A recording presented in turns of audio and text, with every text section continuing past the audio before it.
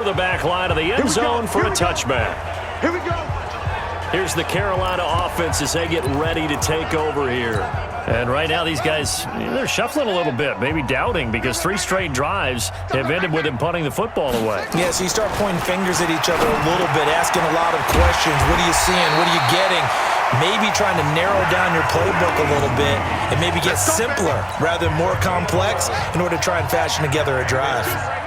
This quarterback now 6 for 6 since coming back out of the locker room. It's 1st and 10. Looking to throw. Cunningham. He'll try and run it. Nice work to get 7 out of that, and it's 2nd down. They brought the blitz that time, and I thought they were going to get to him, but instead he flipped it on its ear and ended up picking up positive yardage. I thought he was dead to rights, but you are exactly correct, sir. Able to turn that into a positive gain. That one a 1st down pickup of 8. So signs of life in what's been a dormant offense in this second half. Here's 1st and 10. Here's Cunningham from the gun. That's going to be caught by Samuel. Give him a couple on the catch. It's 2nd and 8. One thing I think that's safe to say defensively, the tackling's been really good. And because of that, it's been very, very hard for them to move the ball because you're not getting the benefits of run after catch. You tackle them almost on the spot. That means you have to run extra plays, harder to move it. A good decision in the end to pull it and run, gets him 9 yards and a 1st. Partner, he was going through his progressions. Not there, not there. After about the 3rd one, he decided he better pull it down and run for it. And he slides down and avoids the hit for good measure. Back to throw. Cunningham. And this will be incomplete. Physical play on the football there, and it's 2nd down.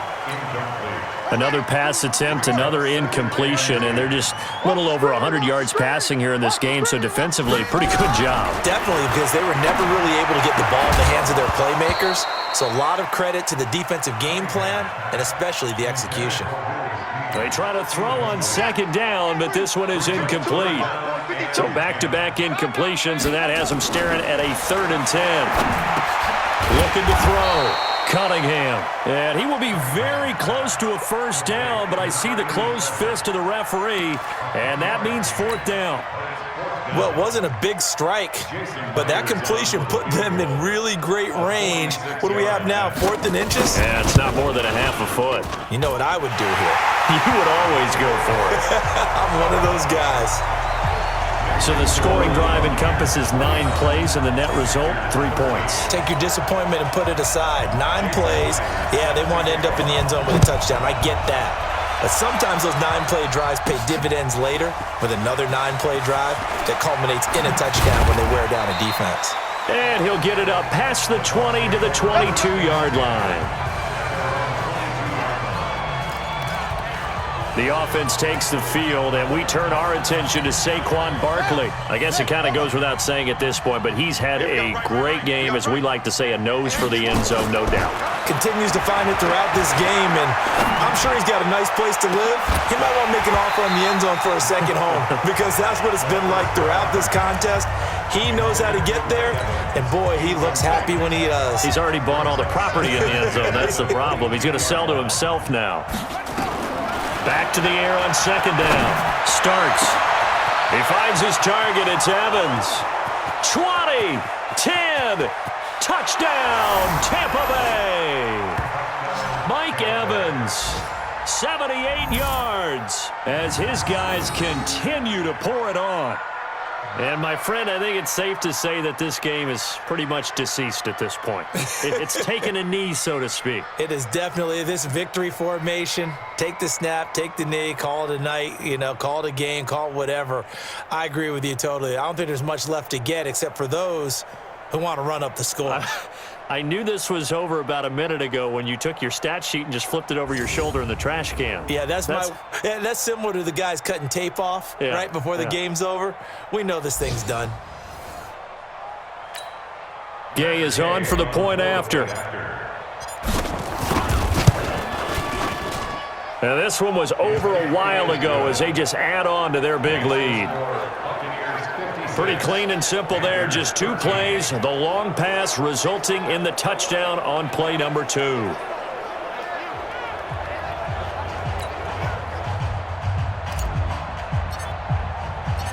Set now to kick this one away, and off it goes.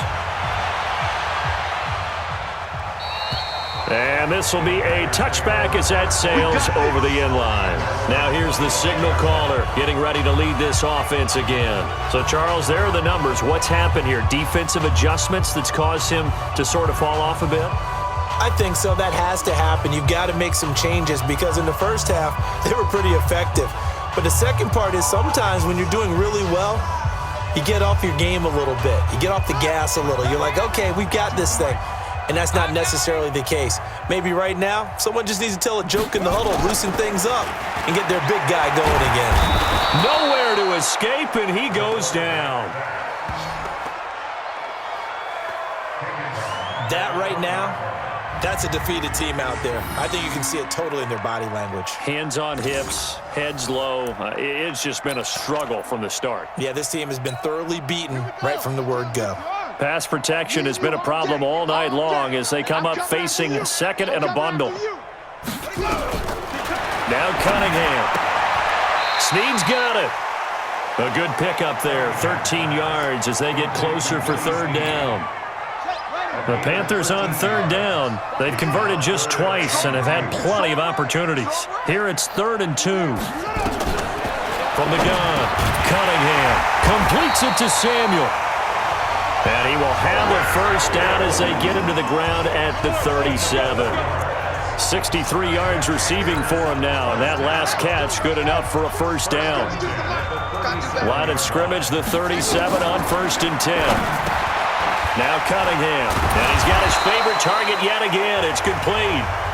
And a 5-yard gain gets him to the 42.